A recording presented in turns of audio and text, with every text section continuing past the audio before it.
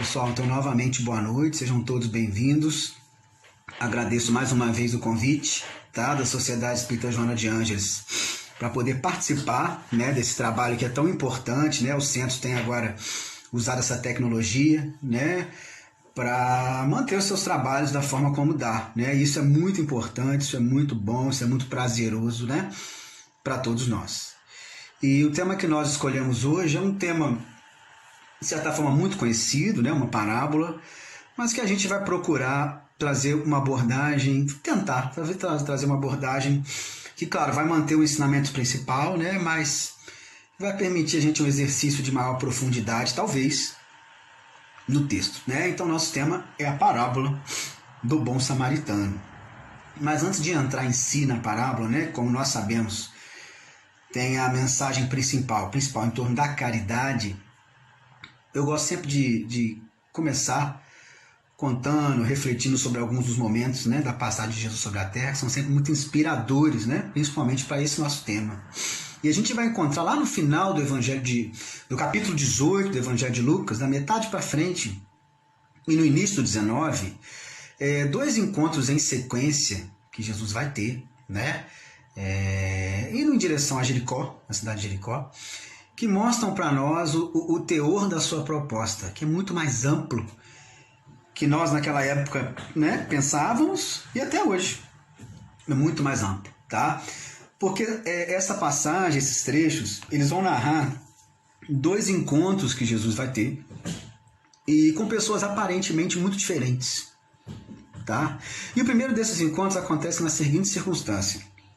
Jesus, como nós dissemos, né, ele estava indo naquele momento, né, já no seu ministério público, já conhecido, a cidade de Jericó. E quando ele chegou, já seguido por uma certa multidão, né, ele e essa multidão começaram a escutar alguém ali nas redondezas, né, que gritava por ele, né,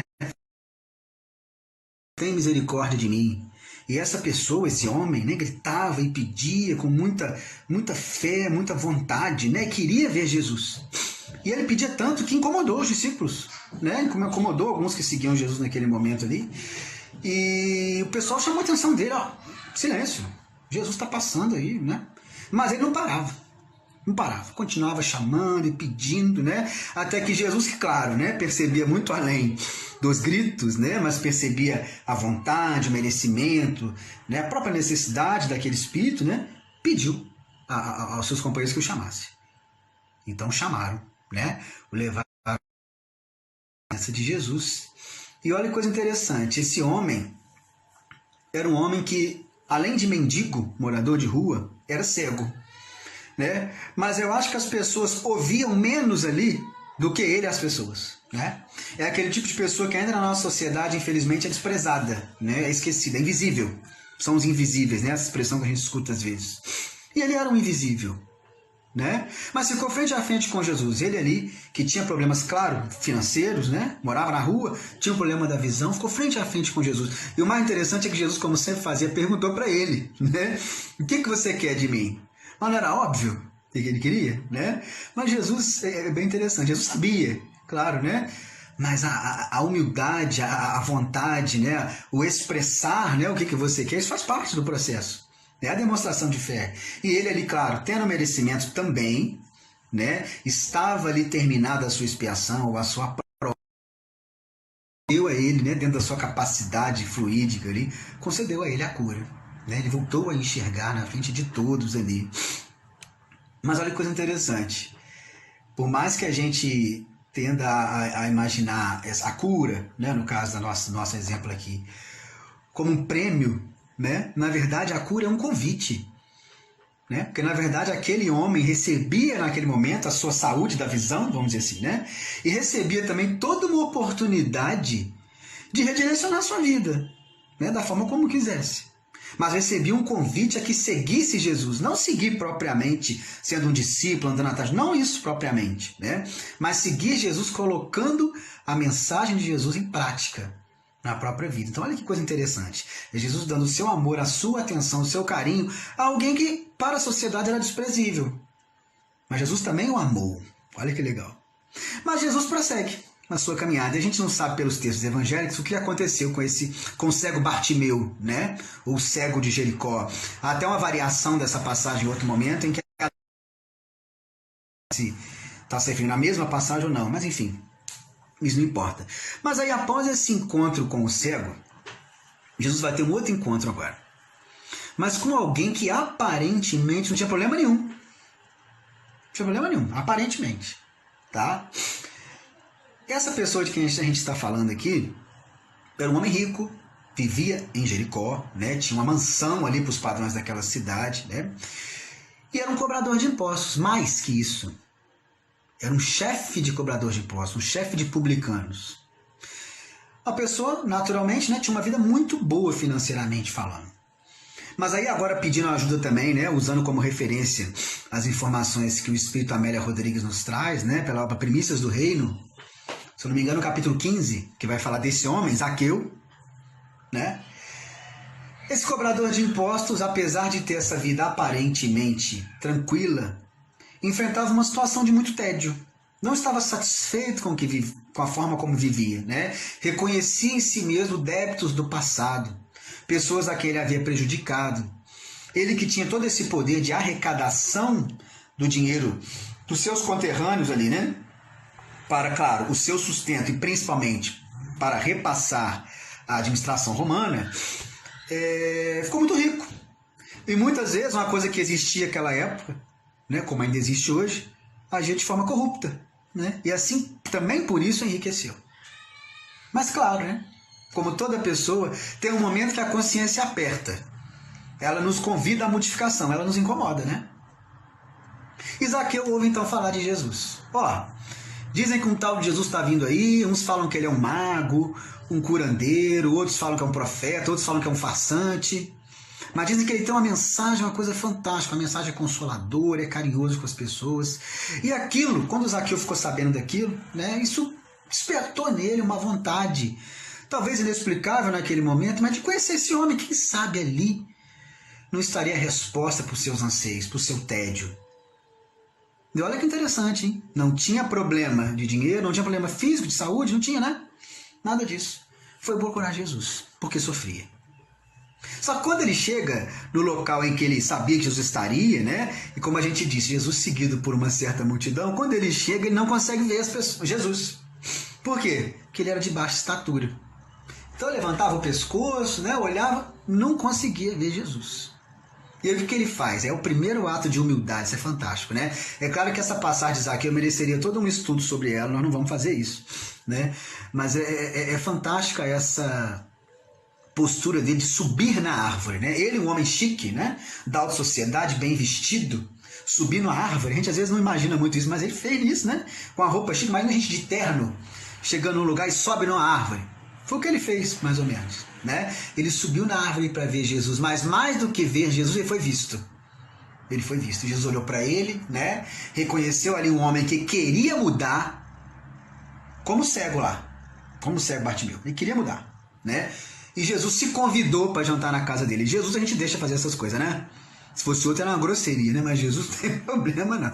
Ele pode se convidar, não tem problema. E aí Zaqueu, claro, aceitou. Né? Imagina o que era estar frente a frente com Jesus, aquela energia, ainda mais para quem queria se abrir a ela.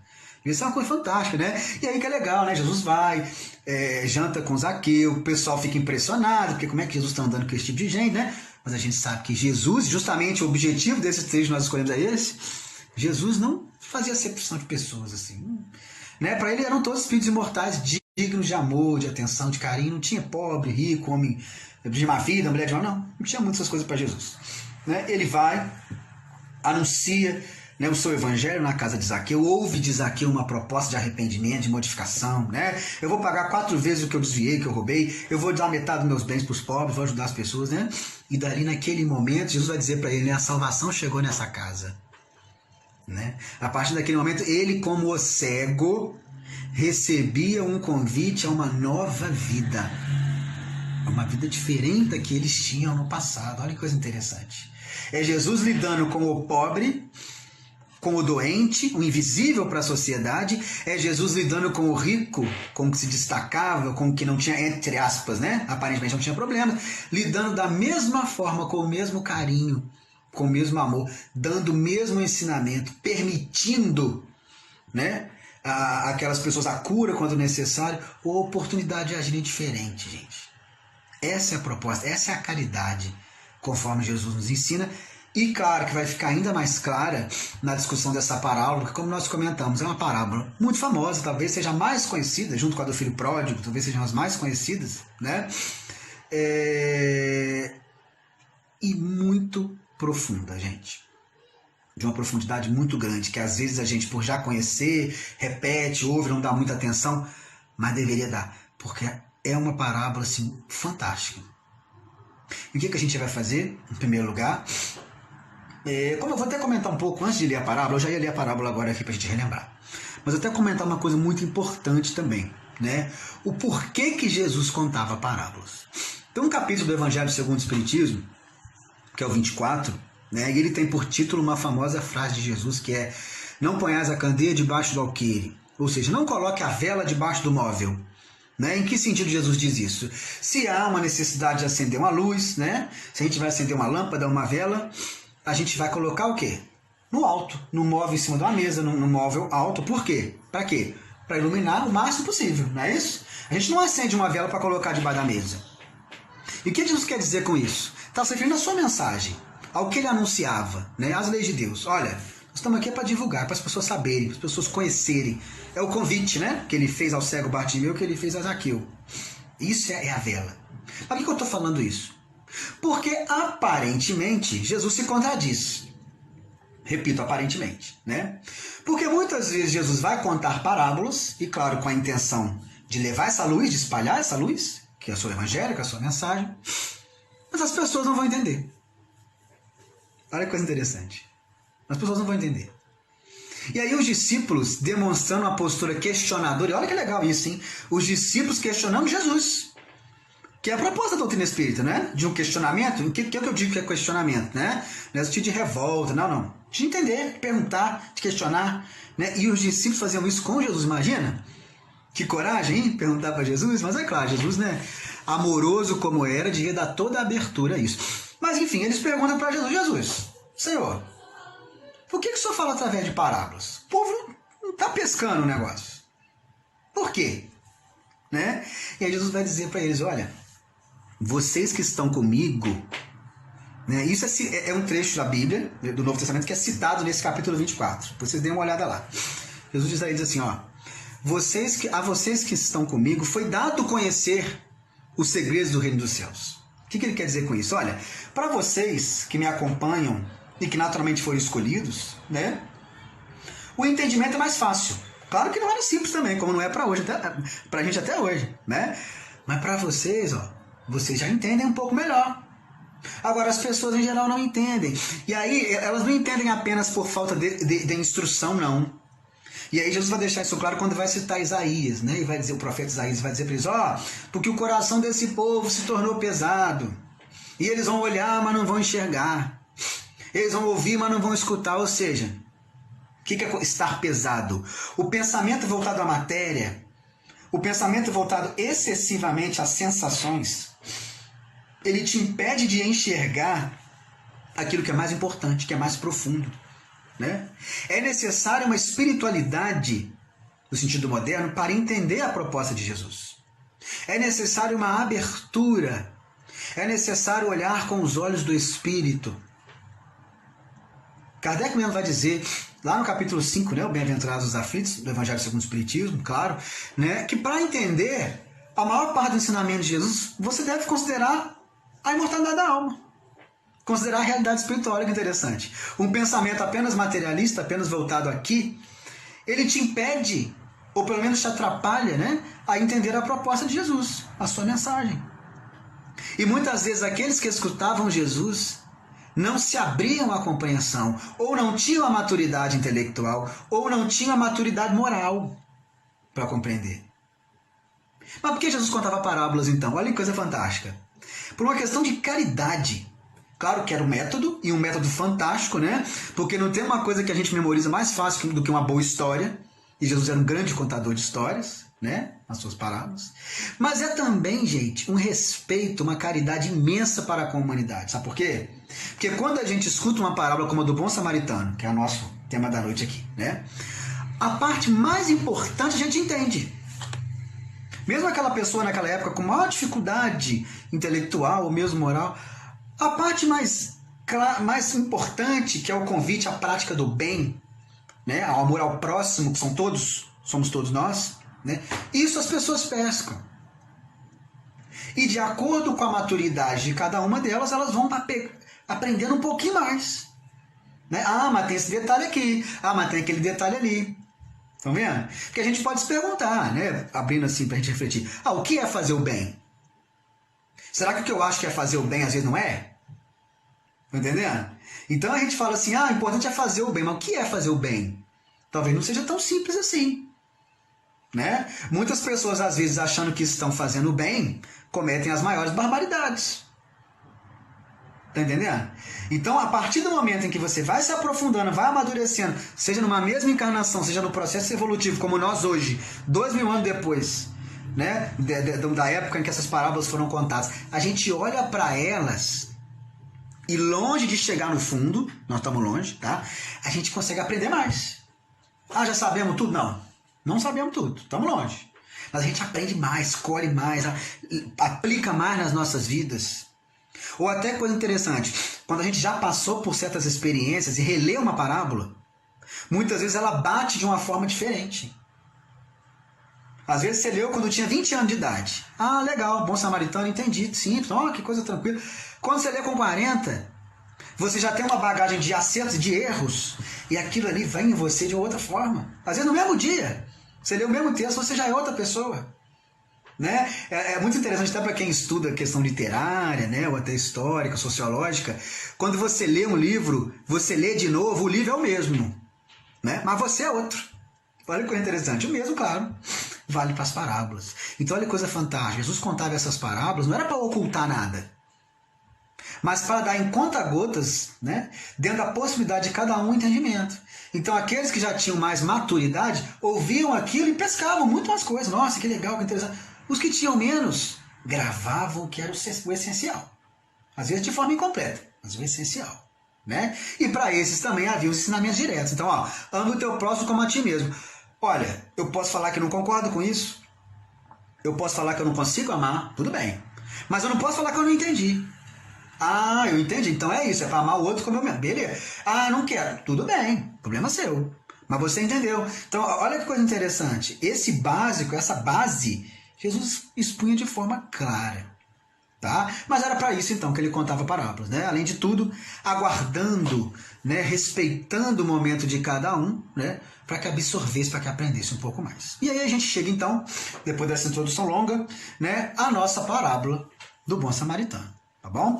Então eu vou ler a parábola para a gente relembrar e eu vou seguir, claro, como ela está aqui no Evangelho segundo o Espiritismo, tá bom? Ela está em Lucas 10. Mas ela está no Evangelho segundo o Espiritismo, no capítulo 15. Tá? O capítulo 15, que tem por título Fora da Caridade não há salvação. Tá bom? Então eu vou fazer a leitura. Ela é rápida, vocês já conhecem, mas é importante a gente relembrar e observar alguns detalhes. Tá bom? Vamos lá? Então peço a atenção de vocês rapidinho.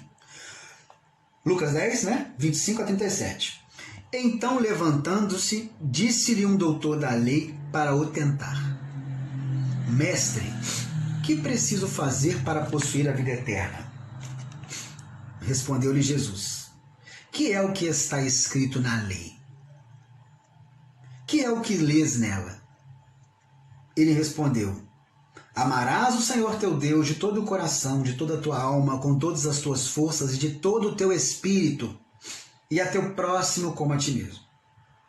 Disse-lhe Jesus: Respondeste muito bem.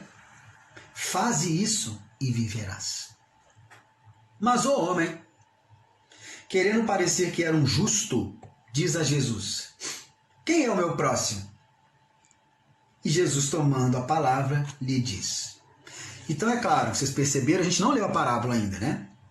Mas a gente leu aqui uma introdução que Kardec sabiamente também colocou aqui, que dá todo o contexto da parábola. Isso é muito importante, tá, gente? Quando a gente vai ler um texto bíblico, principalmente um texto sagrado qualquer, um texto antigo qualquer, mas principalmente aqueles os textos mais simbólicos, tá?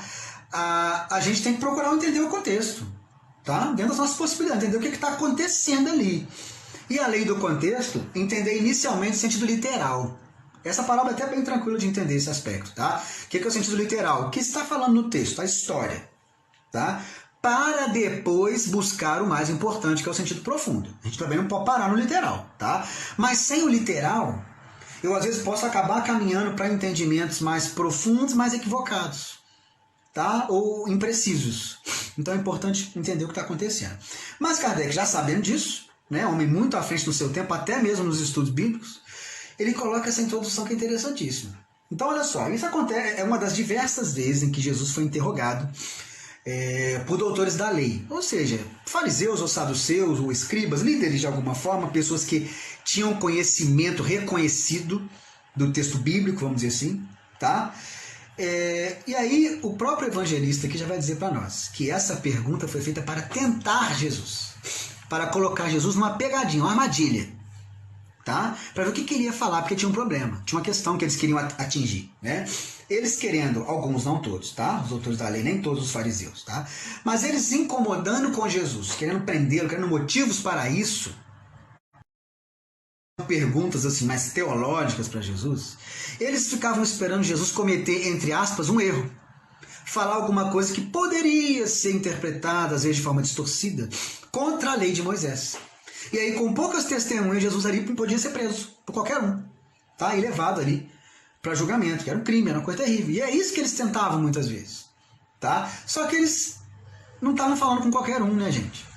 Não era qualquer espírito ali, né? Então Jesus conseguia sair de forma sempre respeitosa e fraterna, né?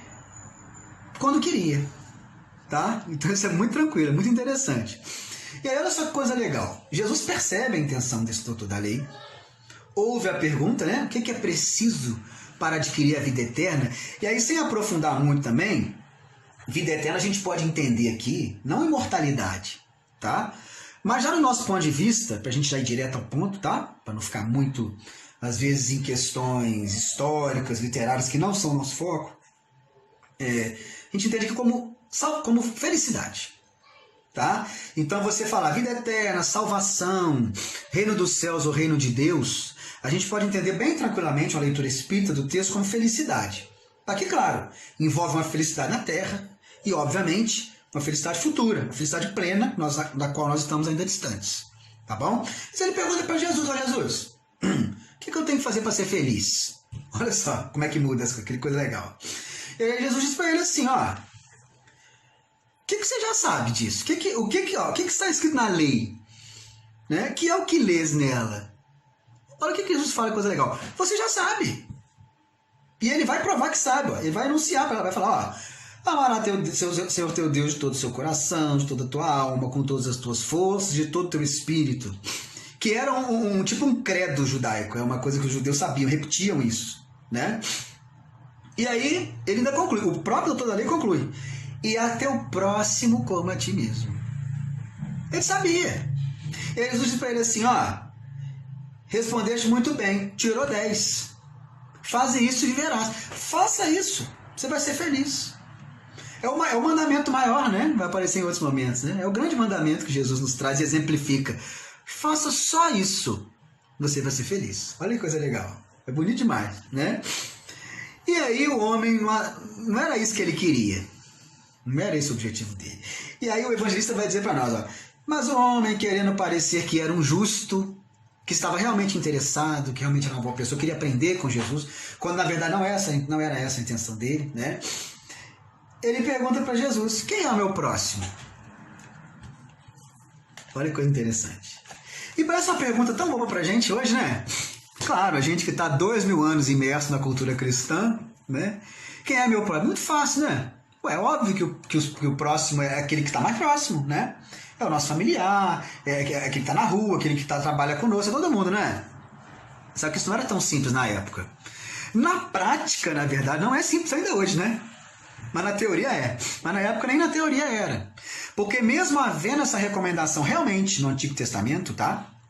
o amor ao próximo como a ti mesmo. Se eu não me engano, em Levítico 19, 18 ou 18, 19, eu sempre troco o versículo com o capítulo, tá? Já vi essa recomendação lá. Há também recomendações de amor aos inimigos, ao estrangeiro, né? Isso você encontra no Antigo Testamento, tá? Mas naquela época, na prática, a gente pode observar isso muito bem, né? Todos os povos, aí não estou falando mal dos judeus, não. Todos os povos eram, que é uma palavra difícil, eram etnocêntricos, ou seja, se achavam melhores que os outros. Todos os povos da antiguidade pensavam assim, tá? E os judeus também. E eles, num período de dominação, século de dominação, naquele momento romana, né? Será que para eles o romano era um próximo? Que muitas vezes era violento com eles, né? Será que o grego era um próximo? Será? Não eram. Na prática não eram. E aí ele pergunta para Jesus, ele quer saber o seguinte, peraí Jesus, será que todo mundo mesmo? Os criminosos, os romanos, será que a gente tem que amar todo mundo? Quem é meu próximo? E olha que coisa legal, aí Jesus vem com a história. Aí que entra o coração do texto, aí que vem a nossa parábola, né? E aí agora eu vou ler mesmo, agora é verdade, agora eu vou ler a parábola mesmo. Jesus, tomando a palavra, lhe disse: um homem que descia de Jerusalém para Jericó caiu em poder de ladrões que o despojaram, cobriram de ferimentos e se foram, deixando-o semi-morto. Aconteceu em seguida que um sacerdote, descendo pelo mesmo caminho, ouviu e passou adiante. Um levita que também veio àquele lugar, tendo-o observado, passou igualmente adiante. Mas um samaritano, o nosso herói aí, que viajava, chegando ao lugar onde jazia aquele homem e tendo-o visto, foi tocado de compaixão. Aproximou-se dele, derramou-lhe óleo e vinho nas feridas e as tratou. Depois, pondo no seu cavalo, levou-o a uma hospedaria e cuidou dele. No dia seguinte, tirou 2 denários e os deu ao hospedeiro, dizendo: trata muito bem deste homem, e tudo o que gastares a mais, eu te pagarei quando regressar. Aí acabou a parábola. Mas aí agora vem o pulo do gato aqui. Qual desses 3 te parece ter sido próximo daquele que havia caído em poder dos ladrões? E o doutor da lei respondeu: aquele que usou de misericórdia para com ele. Então vai, diz Jesus, e faz o mesmo. Fim do nosso texto aqui. Olha a beleza desse texto. Olha a simplicidade desse texto, é uma coisa fantástica, né? Só as grandes inteligências, como Jesus, né, conseguem na simplicidade colocar a profundidade. Que às vezes a gente acha que o que é bom é o que é difícil, né? Ah, olha que palestra boa, não entendi nada. A palestra foi excelente, não entendi, porque o cara sabe muito, né? Olha que interessante como é que a gente faz, né? Mas Jesus é o contrário, olha só, na simplicidade ele coloca a profundidade. Não é qualquer um, né? Não é qualquer espírito que faz esse tipo de coisa, é só Jesus mesmo. Agora, vou voltar para o nosso texto aqui, gente. O texto é muito legal. Olha como é que começa aqui. Havia um homem que não é identificado, e isso é fundamental, na verdade, tá? Fundamental. Não é identificado, e ele, por algum motivo, descia de Jerusalém para Jericó. E aí vem o primeiro simbolismo. E esse simbolismo, tá, gente? Quem despertou a minha atenção para eles é um autor que se chama Alírio de Cerqueira Filho, e é um autor que escreve muito, muito livro. Eu só conheço 2 dele, na verdade, só li 2. E que é o Parábolas Terapêuticas, volume 1 e volume 2. E esse comentário da parábola do Bom Samaritano, algumas coisas que eu vou trazer para vocês, está no volume 1. É só procurar a parábola do Bom Samaritano lá que vocês vão ver. Tá? E a primeira coisa que o Alírio aponta, que eu acho assim fantástico, depois eu até vi outros autores apontando isso também, fora do espiritismo, tá? Que olha que coisa interessante. Ele descia de Jerusalém para Jericó. Qual que era o sentido, qual que é o simbolismo de Jerusalém para o judeu, gente? Jerusalém, a cidade da paz, né, é a cidade de Deus. Se tem um lugar onde Deus mora mais, é claro que para o judeu como para nós, Deus está em toda parte, né? Mas se para o judeu, se tinha um lugar onde Deus estava mais, era em Jerusalém. Então olha que interessante. Aquele homem descia de Jerusalém, descia da preocupação espiritual, descia das leis de Deus para Jericó. E Jericó, a cidade do comércio, uma cidade rica, né? Uma cidade das preocupações materiais. É claro, uma cidade grande, sim, para a época, mas é um sentido simbólico. Então, olha que coisa legal. Era um homem que abandonava as preocupações espirituais de Jerusalém, simbolicamente, para se voltar às preocupações materiais.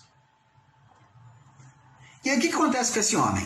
Ele está descendo, né? Ele é assaltado. Olha que coisa fantástica. Já dá para a gente ir pescando o simbolismo das coisas a partir dessa descida, né? Ele é assaltado, mas não é só assaltado. Ele é despojado. O que é despojar? É tirar tudo. Então tiram tudo dele. O deixam seminu, de certa forma, né? E o espancam. O deixam seminu e semi-morto. Ele estava desmaiado ali. Esse nosso personagem estava ali, desmaiado. Ok? Tranquilo. Essa questão do despojado aí, nós vamos voltar nisso, que isso é fundamental. E aí, olha que coisa legal. Vem agora dois homens. O primeiro deles, um sacerdote. E o sacerdote, no texto, vai dizer para nós que ele também descia. Olha só que legal. Ele descia. É claro que isso não se aplica a todos os sacerdotes nem da época, não é isso. De forma alguma, tá? Mas aquele homem que teoricamente conhecia as leis de Deus, era um líder religioso, coordenava eventualmente as atividades do templo. Ele sabia, ele quando viu aquele homem caído ali, ele sabia o que fazer? Ele sabia. Ele sabia, ele conhecia as leis de Deus. Como estou toda a lei aqui do texto. Ele sabia o que tinha que fazer ali. O que ele faz? Vai embora. Vai que os assaltantes estão por aí ainda. Vai que esse homem acorda, eu não sei quem ele é. E se ele também é um criminoso? Se ele não é santo também, se ele tem culpa no cartório? Né? Eu não tenho nada com isso, eu vou embora. E é o que ele faz. E aí depois, e essa sequência tem um sentido, tá? Vem o levita. E quem era o levita, né? Vamos dizer assim, os descendentes da tribo de Levi, que tradicionalmente eram os funcionários do templo, tá? Trabalhavam no templo. Todo sacerdote, teoricamente, tinha que ser levita, tá? Mas nem todo levita era sacerdote, então havia aqueles cargos secundários do trabalho do templo. Mas o levita, que estava, claro, hierarquicamente abaixo do sacerdote, ele conhecia as leis de Deus? É claro. Ele trabalhava com isso o tempo todo. Ele lia, relia, conhecia os textos. Sabia. Ele sabia o que tinha que fazer ali diante daquele homem. E o que ele faz? A mesma coisa que o sacerdote, né? Está descendo também. Essa questão em relação ao levita é interessante, tá? Quando a gente vai ver os textos, não é dito que ele está descendo, não. O sacerdote fala que descia por ali. O levita diz que ele indo por aquele caminho, tá? Então, assim, tecnicamente, pelo texto, as traduções que nós temos, né? A gente não sabe, mas dá a entender pela postura dele, né? Que ele também estava descendo, dentro do nosso simbolismo aqui, o simbolismo que a gente está admitindo, tá? Como eles estavam descendo, priorizavam as sensações, o material pelo espiritual, eles iam se dedicar a alguém que eles não conheciam? Não iam. Eles iam se arriscar por alguém que eles não conheciam? Não iam. E foram embora. Mas aí que vem agora o nosso herói. E eu falei com vocês a questão da sequência, né, hierárquica. Olha como é que é interessante. Se no início veio um sacerdote, depois veio um levita, aqueles judeus que estavam escutando a história, o que eles esperavam que viria depois? O judeu comum. Entendem? O leigo, né? O judeu comum. Então vem o sacerdote, depois vem o levita, e o último nível ali, o judeu comum. Mas aí Jesus, de forma proposital, que claro, Jesus não falava as coisas à toa, vai fazer uma provocação, no bom sentido, aos seus interlocutores. Ele vai colocar o terceiro que passa por ali como um samaritano. E isso também, a gente tem que entender isso para entender a passagem. Por que Jesus, nessa história que ele inventou, uma criação, a parábola são criações, né? São ficções criadas por Jesus. Por que ele colocou o samaritano ali? Isso também é fantástico. E a gente tem que refletir. Havia, sem trazer para cá muita profundidade histórica, que não é o objetivo, tá? Havia um conflito entre os judeus, tá? Principalmente os judeus do sul, da Judéia, né, com os samaritanos, que teoricamente eram hebreus também. Tinham uma religião parecida, né, só que eles eram mais apegados aos textos de Moisés, né, o Pentateuco, não davam tanto valor aos demais textos como os judeus, mas basicamente tinham as mesmas crenças, né, a mesma etnia, as mesmas práticas, a mesma cultura, né, mas tinham, por questões religiosas, algo que tinha começado há séculos, né, um conflito enorme com os judeus. Então os judeus não falavam com os samaritanos não falavam com os judeus. Se cruzavam uns com os outros, podia até ter briga, se ofenderem, né, brigarem, assim, sair, né, lutarem uns com os outros, isso podia até acontecer, tá? Então eles se odiavam. Mas quem é aquele que vai ter uma postura diferente diante do ferido ali? Olha a provocação que Jesus faz, o samaritano. E por que Jesus faz isso? Para deixar o pessoal nervoso? Não. É um outro ensinamento profundo que o texto nos traz, gente. Mais importante que a aparência, mais importante do que as pessoas pensam que nós somos, e mais importante do que a gente pensa que é o que a gente realmente é. Então, se para o judeu o samaritano é ruim, como nós falamos de Zaqueu, ruim, ou mendigo, pessoa ruim, desprezível, invisível, né? Olha que coisa interessante. Para Jesus, não. Para Jesus, o que importa não é a aparência, não é o que dizem de você, não é o que você acha que você é o que você realmente é. E aquele samaritano foi a pessoa exemplar na história. Foi, indiscutivelmente, o exemplo máximo ali da nossa história. E por que isso? Por que ele age diferente? Em primeiro lugar, quando a gente vai para o texto, também não fala que ele estava descendo, fala que ele viajava. O samaritano que viajava, olha que legal, né? Se ele estava descendo, era para ajudar os caídos. Se ele estava subindo, né, no meio do caminho, podia carregar alguém, né? E é o que ele faz. E aí tem um detalhe. Agora o ferido, vamos voltar para o ferido. Quando o samaritano olha para o ferido, gente, vocês lembram que eu destaquei alguns detalhes no início? Aquele homem caído ali, tudo dele foi roubado. Estava despojado, não tinha roupas. Basicamente, nem roupa tinha. Aquele homem ali estava desmaiado, semi-morto. Ou seja, o samaritano, pelo que ele olhava, ele podia concluir muita coisa sobre aquele homem. Ele sabia que era biologicamente homem, ok. Né? Podia ver ali a cor da pele, talvez, né? Mas dava para ele ter certeza se aquele homem era judeu? Se aquele homem era samaritano? Não dava. Talvez até mesmo romano ele não pudesse, dadas as misturas, vamos dizer assim, né? Talvez até mesmo romano ele não pudesse identificar. Dava para conversar com ele, para perguntar, quem é você? Né? Não dava. Estava desmaiado. Aquele homem podia ser rico, podia ser pobre, podia ser criminoso, né? Ele podia acordar ali e ser um judeu, e na hora que reconhecesse que um samaritano estava cuidando dele, né, ficar louco, não aceitar de forma alguma. Tem até um autor que, o Haroldo que gostava desse autor, é um autor não espírita, ele se chama Kenneth Bailey. Quem quiser fazer um estudo mais aprofundado, é para quem está começando não, tá? E o livro dele, repito, não é um livro espírita, se chama As Parábolas de Lucas. E ele faz um estudo muito bonito. Um livro que é base aqui para a nossa conversa, tá? E ele vai apontar isso, inclusive, que nós estamos levantando. O samaritano ali, um judeu no caso, se acordasse ferido, reconhecesse que o samaritano estava cuidando dele, ele podia se revoltar. Ou a família daquele judeu, se soubesse que o samaritano cuidou dele, podia até acusar o próprio samaritano de ter sido o criminoso, que o agrediu. Então, estão vendo como é que o negócio não é simples? Não é simples. Nem para nós hoje, gente. Então, enfim, o samaritano olha para aquela pessoa, ele não sabe se é bom. Olha que coisa legal, ele não sabe se é heterossexual, se é transexual, se é homossexual. Olha que coisa atual, ele não sabe. Tá ali. O que eu faço? E aí que é uma coisa interessante. Tem uma palavrinha que aparece no texto, né, nas traduções em português, claro, que é o que o samaritano teve e que os dois anteriores não tiveram. E sabe o que é? Compaixão.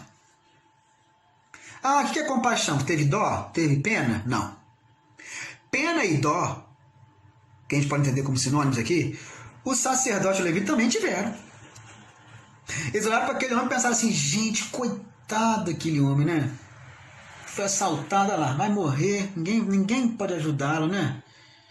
Isso eles tiveram. Eles não queriam estar na situação daquele homem ali. Pena eles tiveram.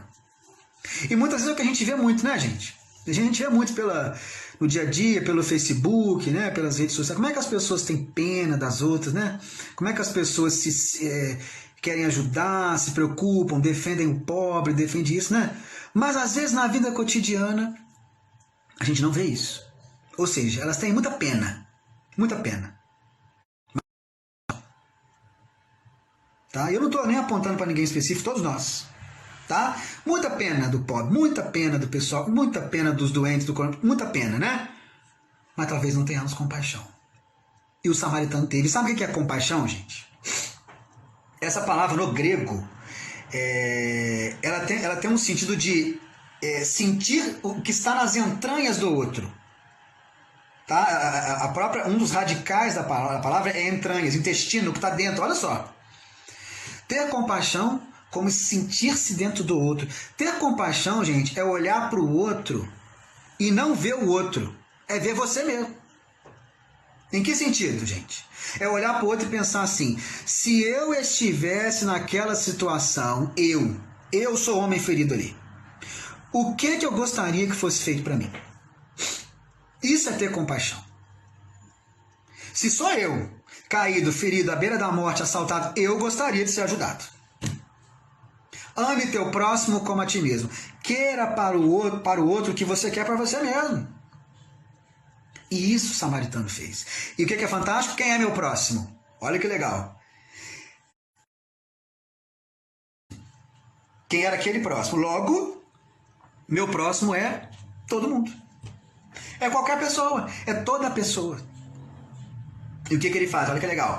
Ele se sensibiliza, se compadece, né? Tem compaixão, desce do seu cavalo, faz o atendimento emergencial, pensa as feridas, limpa as feridas, com a medicina, vamos dizer assim, precária, que era a medicina da época, né? Cuida ali, põe no seu cavalo, né? E aí é até importante, porque se ele coloca a pessoa no seu cavalo, possivelmente ele não estava mais sobre o cavalo. Que a gente vê esses cavalos gigantescos hoje em dia, né? Mas esse não devia ser, não. Né? Não era o que a gente tinha de cavalo naquela época, não. Então devia ser um cavalo menor, né? Ele coloca o ferido no seu cavalo e vai a pé. Provavelmente. Tá? Olha que coisa interessante. Provavelmente esse foi o pensamento de Jesus, né? Pegando o contexto da época. E aí ele leva aquela pessoa até uma hospedaria, uma estalagem, né? Um tipo de hotel, né, antigo, e ali ele vira a noite daquela pessoa, cuida dela, né, corria risco de vida, ou melhor, risco de morte, né, vira a noite daquela pessoa. Mas quando ele acorda, quando o dia amanhece, né, ele percebe que aquela pessoa não corria mais risco de morte. E o que ele faz? Aqui tem um detalhe muito interessante. Ele chama o dono do hotel e fala assim, cuida desse cara para mim aqui, eu vou te pagar, tá? Vou embora, mas vou voltar. Quando eu voltar, se precisar de mais, eu te pago mais. Não tem problema não. Ok? Ok, eu cuido dele. Aí a gente vê um negócio como esse e pensa assim, poxa, abandonou o cara, hein? Cadê a compaixão aí? Pois é, não é isso não. Não é isso não. Quando ele percebe que aquele homem ali ferido não precisava mais dos cuidados intensivos dele, o que ele vê? Eu vou seguir meu caminho. Eu vou cuidar da minha vida. Isso não é abandono, gente. Sabe o que é isso? Desapego. Desapego. Sabe por quê? Muitas vezes a gente quer ajudar as pessoas, e às vezes até com compaixão mesmo, tá? Mas chega um ponto em que aquela dependência do outro em relação a nós se torna confortável para nós. A gente começa a se sentir muito importante, né? O outro precisa de mim, o outro depende de mim. A gente não quer que o outro ande sozinho. Não quer. Se ele não precisar mais de mim, será que ele vai me dar atenção? Mas a verdadeira caridade, ela quer que o outro ande sozinho pelas próprias pernas. A gente não fala muito em relação a isso, em relação ao amor, não virou até um clichê, né? Ah, o amor liberta, o amor não é posse, olha que coisa legal. Não virou meio clichê esse negócio? Mas é a mais pura verdade. A caridade também, a caridade liberta. Quando ele percebe, o samaritano, que aquele homem não precisava dos cuidados intensivos dele, ele não abandona, ele chama alguém, ó, dá uma olhada aqui, ele já não está mais com risco de morte, mas talvez precise de uma ajuda para ir ao banheiro, talvez precise de uma ajuda para andar, para se alimentar. Então olha que legal, ele doa, ele paga, ele dá o dinheiro, dá o salário do trabalho dele para aquele hotel, né, para que aquela pessoa seja observada, né, tem os seus cuidados necessários. E diz mais, olha só, se ele vai ficar bom ou se ele vai ficar ruim, eu não sei, mas eu vou voltar. Então olha que coisa legal, mesmo ele tendo ali a sensação de que aquela pessoa não corria mais riscos, de que talvez nem precisasse mais dele, dos cuidados dele, ele diz, olha, eu vou voltar. Então olha que coisa legal, como é que não é nem 8 nem 80, gente? Não é aquele falso desapego que é o abandono, ah não vou ajudar não para ele crescer sozinho, não. Né? E nem é aquela falsa caridade que na verdade o que você está buscando, gente, é que o outro dependa de você. Você quer ser importante. Mas já diz Jesus, né? Que a mão esquerda não sabe o que dá a direita. A proposta de desapego de Jesus é tão grande que até do bem que a gente faz, a gente deve se desapegar. Fazer o bem e caminhar, fazer o bem e prosseguir. Porque se a gente está muito preocupado com o bem que fez, na verdade a nossa preocupação é com a recompensa. É com o reconhecimento. E sabe quem avalia isso? Não é Deus, que está ali, ó, o Daniel fez o bem ali, mas é só para destaque pessoal. É a sua própria consciência que em algum momento vai te alertar. Que aquele bem que você procurou fazer não era o bem pelo bem. Não era a caridade pela felicidade do outro, não. Era para o seu próprio destaque pessoal. Ah, Daniel, então é melhor não fazer nada. Não, aí que tá, gente. Muito do que a gente faz, do bem que a gente faz, tem um componente de vaidade. Não da nossa imperfeição. Isso é natural ainda. Vai chegar um momento em que faremos o bem plenamente sem vaidade. Vai chegar, mas não chegou. Agora, qual que é a questão? A nossa motivação maior para o bem que a gente faz não pode ser a vaidade. Porque se é a vaidade, a recompensa eu vou receber a vaidade. Quando a verdadeira recompensa, a felicidade, o reino dos céus, né, a vida eterna, é a recompensa do desapego, de fazer o bem pelo bem. Então olha que coisa, como é que são as coisas. Mas então como é que funciona? Né? Como é que funciona? Se não é 8 nem é 80, onde é que está o meio disso tudo aí? Né? E o texto é bem interessante. O texto é bem interessante. E dá a entender o seguinte, olha só, a função nossa, enquanto espíritas, tá? Ou enquanto centros espíritas, na prática da caridade, a gente pode ver de 3 formas. Primeira coisa, nós enquanto indivíduos, né, não querer descer para Jericó. Não queremos ir para Jericó, mas sempre na direção de Jerusalém, ou seja, priorizar preocupações espirituais sobre as materiais. Não é esquecer a matéria, não é? Nunca foi essa a proposta espírita, né? Cuidar do corpo e cuidar do espírito. Sede perfeitos, capítulo 17 do Evangelho segundo o Espiritismo. Um texto belíssimo sobre isso lá. Não é para desprezar o corpo, desprezar a matéria, não. Mas priorizar o espiritual. Então nós estamos na estrada, estamos viajando, vamos para Jerusalém. E será que eu estou estacionado? Será que eu estou descendo? Olha a proposta de Jesus, alerta. Estou descendo para Jericó, hein? Para e volta. Em relação ao outro, estou vendo alguém descendo para Jericó. Eu alerto. E aí vem um trabalho espírita, um trabalho cristão, um trabalho no bem em geral, né? Ele é sempre um alerta para que as pessoas busquem o bem. Para que as pessoas busquem Jerusalém. O nosso simbolismo aqui, que o alírio desperta, né? O nosso raciocínio. Primeira coisa. E para aqueles que estão descendo, eu alerto. Eu vou atrás e falo, opa. Não é aí, essa é a verdadeira caridade. Tá? Mas aí que está o lance. E para aquele que cai? Para aquele que é em relação àquele que é assaltado. Desceu de Jerusalém para Jericó, no caminho é assaltado. Esse eu levanto. Olha que coisa interessante. A verdadeira caridade, gente, é carregar nas costas aquele que precisam ser carregados nas costas, no cavalo, melhor dizendo, né? enquanto precisarem ser carregados no cavalo. A partir disso não se torna mais caridade. É aquilo que a gente falou, né? Talvez a preocupação de ser aquela pessoa importante para aquela outra, para o grupo, né? Mas não é caridade. Olha que coisa interessante. Mas na situação emergencial nós temos que carregar. Nós temos que levantar a pessoa. E eu estou falando aqui, claro, nós falamos muito das questões materiais, aquele que está a situação financeira complicada, sim, mas moralmente também. Tá? Então aquele que está sofrendo, que está caindo, que está em queda, que caiu, aquele eu vou erguer, eu estarei com ele. Mas a partir do momento em que ele começa a andar pelas próprias pernas, eu monitoro, eu estou junto, eu ofereço o ombro amigo, mas eu não quero dependência. Inclusive no campo moral, emocional.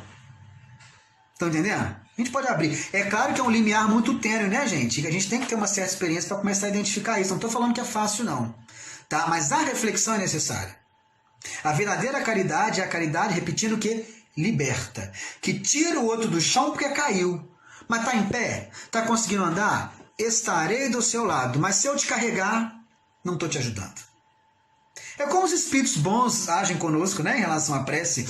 Quando a gente pega o capítulo 27 do Evangelho, né, o pedi e obtereis, Kardec deixa bem claro, ó, na oração, os espíritos não vão vir para resolver as coisas para você. Olha que legal. Porque se eles resolvem para você, eles tiram de você a oportunidade de crescer. Então, olha só, caridade não é ficar carregando a pessoa a vida toda, não é fazer por ela quando ela está caída. Isso é importante. E aí, outro detalhe também legal. A gente já está caminhando para o encerramento, detalhe importante. Nós falamos de uma pessoa, né, que indo de Jerusalém para Jericó, foi assaltada, foi despojada, né, ficou ali entre a vida e a morte. No nosso simbolismo aqui, gente, quem são esses assaltantes, hein? Quem são esses assaltantes que aparecem quando a gente está indo para Jericó e nos assaltam? Quem são eles? É interessante, aqui a gente não consegue ter muita participação do público, né? É claro que eu estou vendo aqui vocês no chat, mas sempre quando eu pergunto sobre isso, às vezes em palestra pública, ou em mocidade espírita, a pessoa fala assim, os obsessores. Né? A pessoa fala assim, são os obsessores. É claro que isso acontece, né? A gente sabe disso. É claro que a influência espiritual é uma realidade, tanto a positiva quanto a negativa. Mas a gente sabe também, né, que a influência só vem quando a gente permite. E que nós fazemos o que queremos, né? A influência ruim pode vir, agora eu vou seguir aquela influência ruim se eu quiser. E se eu tenho, vamos dizer assim, uma sintonia, um saldo, um balanço emocional positivo no meu dia, né? Eu vou dificultar que essas influências negativas venham. Ou seja, se esses espíritos que eventualmente nos querem mal, encarnados ou desencarnados, podem ser e eventualmente são fatores que nos jogam para baixo, o principal fator, o verdadeiro assaltante, vamos dizer assim, está dentro da gente mesmo. Olha que legal. Porque é ele que vai abrir as portas, inclusive, para essas influências, né? Esse assaltante está dentro de nós mesmos, são as nossas imperfeições, são as nossas dificuldades, ainda todos nós carregamos. Agora, quando descemos para Jericó, gente, quando a gente prioriza a sensação, prioriza o material pelo espiritual, a gente facilita muito que essas nossas imperfeições, que nós já carregamos há séculos, né, venham à tona. Tomem o controle, abrindo portas eventualmente com a presença ou não de outras inteligências que nos influenciem. Mas principalmente, gente, esse assalto, isso que nos joga para baixo, como jogou o nosso viajante, né, na nossa história, parte de nós mesmos. Né? Não é o mal não é o que entra, como diz Jesus, não é o que entra pela boca do homem que faz mal, o que sai. O que já está dentro de nós, o que nós falamos. Então, olha que coisa interessante. Daí a função, a gente está falando desse negócio da função do indivíduo, né, e do centro espírita, acabou que eu não falei da função do centro espírita. Tá? Mas o centro espírita, enquanto nos seus trabalhos, seja de apoio material, seja de apoio emocional, seja de apoio espiritual, seguindo a proposta da palavra, deve ajudar a agir da mesma forma, por mais que tudo seja difícil. Né? Então, realmente erguer, tirar do chão o que está caído, seja o que precisa da cesta básica, o que precisa de um atendimento fraterno, o que precisa de um apoio espiritual, uma tarefa mesmo que envolva até os trabalhos mediúnicos, né? Tudo isso é fundamental. para tirar aqueles que estão no chão, para dar suporte àqueles que estão se levantando, para informar aqueles que ainda não caíram, para que mudem a sua direção, parem de descer e voltem a subir. E para a gente fechar, tem um detalhezinho no final que a gente leu. Eu vou até reler aqui, porque Jesus, quando acaba de contar a parábola, né, ele volta a conversar com o doutor da lei, que o tentava, que o provocava, né? E aí depois que ele conta, ele faz uma pergunta para ele que é fantástica. Ele faz o seguinte, doutor da lei, qual desses três te parece ter sido o próximo daquele que havia caído em poder dos ladrões? Então, primeira coisa, olha como é que Jesus inverte as coisas aqui. O próximo nessa pergunta não é o que está precisando de ajuda. Jesus pergunta quem que foi o próximo do homem ferido. Olha só que ele amor ao próximo. Eu sou o próximo, eu quero ser amado. Eu quero ser auxiliado. Tudo bem, todo mundo quer. Né? Mas eu também posso ser o próximo ativo diante daquele que precisa. E olha como é que Jesus ele inverte. Jesus não pergunta quem que foi o próximo do samaritano. Ele pergunta quem que foi o próximo do ferido. Jesus está preocupado com quem age, com a ação. Preocupado que eu digo assim, recomenda essa proposta para a ação. Olha que coisa fantástica. E aí ele pergunta, a resposta era óbvia. O doutor da lei tem dito assim, o samaritano, né? Tirou 10, não, já tinha tirado 10 quando falou lá que está na lei, né? Ia tirar outro 10 agora. Mas olha como é que o orgulho é. Olha como é que a provocação de Jesus bateu fundo, fez ele pensar, como nos faz, né? E olha como é que ele responde, ele também não queria errar, mas ele diz o seguinte, ele saiu muito bem, foi muito inteligente. O doutor respondeu, aquele que usou de misericórdia para com ele. Então olha que coisa fantástica, ele entendeu, ele já sabia, mas ele não conseguia admitir que o samaritano poderia ser o herói da história. E aí ele ficou naquela coisa, né? Naquela sinuca, né? Como a gente diz. Ou eu demonstro que não entendi, que não sou tão inteligente assim, não sou tão doutor da lei assim, né? Ou eu tenho que dar o braço a torcer que o samaritano que foi o herói. Aí ele fica ali no meio termo. É um cara bom, hein? Um cara inteligente, né? Ele fala assim, o que usou de misericórdia para com ele. E aí Jesus diz a ele, então vai e faze o mesmo. Gente, a grande reflexão que esse texto nos traz é que nós podemos fazer mais. É um convite a que a gente olhe para o lado e pense no que mais a gente pode fazer. Tem um filme que eu vou dar um spoiler terrível aqui para vocês, hein? Que eu vou contar o final do filme. Mas eu tenho certeza que a maioria que já viu. E quem não viu até merece o spoiler porque já devia ter visto, né? Que é um filme belíssimo que se chama A Lista de Schindler. Né? Aquele filme preto e branco, né? Steven Spielberg. Tem se eu não me engano, o diretor do filme, né? Não lembro esse detalhe. É um filme até que recentemente comemorou, não sei se 30 anos ou 40 anos, foi lançado, uma coisa assim. E o filme ele conta, né? Vou resumir aqui em 10 segundos. A história de um empresário alemão durante a Segunda Guerra Mundial, aquele período terrível do Holocausto, né? Da perseguição aos judeus. E durante todo aquele processo, ele empresário rico na Alemanha, né? Ele começou a perceber que os judeus estavam começando a passar por situações complicadas ali. A gente sabe quais são, né? E ele percebeu também que ele tinha muitos funcionários judeus. Então o filme gira em torno de uma estratégia que ele traça de enganar o governo alemão, né? Para retirar funcionários dele daquela fábrica da Alemanha, para salvá-los. E ele monta um esquema lá com trens, consegue driblar a fiscalização de alguma forma, e ele começa a transferir um monte de judeu para fora da Alemanha, que eram os funcionários dele, e outros. Vai botando no trem e vai transferindo, vai transferindo. Só que o que acontece? A guerra acaba, né? O Holocausto acaba, e ele percebe que fez um bem danado, as pessoas percebem também, né? O Oskar Schindler é o nome do personagem, daí o nome do filme, né? E aí, eventualmente, quando aquilo tudo acaba, em determinado momento, ele começa a chorar. Convulsivamente chorava, o Schindler chorava e chorava, e o pessoal olhando aquilo, ele falou, mas Schindler, olha o bem que você fez, cara. Olha o tanto de gente que você salvou, por que você está chorando? Será que é a emoção de ter salvado tanta gente? Não é aquela coisa, né? Não entendiam. E aí quando ele conseguiu se controlar, ele disse assim, olha pessoal, vou falar para vocês que eu estou chorando. Eu estou chorando não é pelo que eu fiz.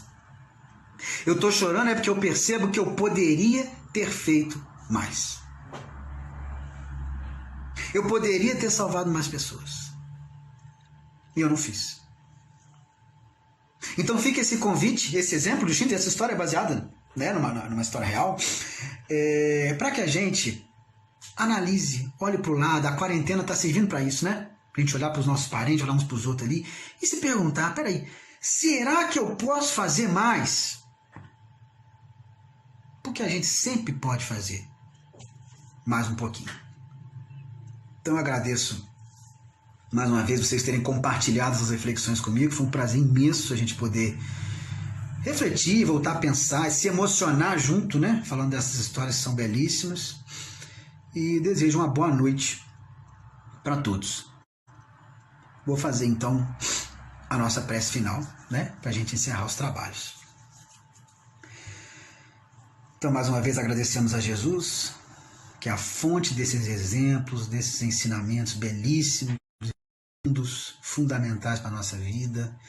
A gente agradece a presença dos amigos espirituais que com certeza estiveram nas casas de cada um de nós aqui, trazendo boas energias, trazendo o seu carinho. E que a gente possa ter um excelente final de semana, uma excelente semana, guardando nos nossos corações a proposta de Jesus. Que assim seja. Boa noite, pessoal. Bom fim de semana para todos vocês.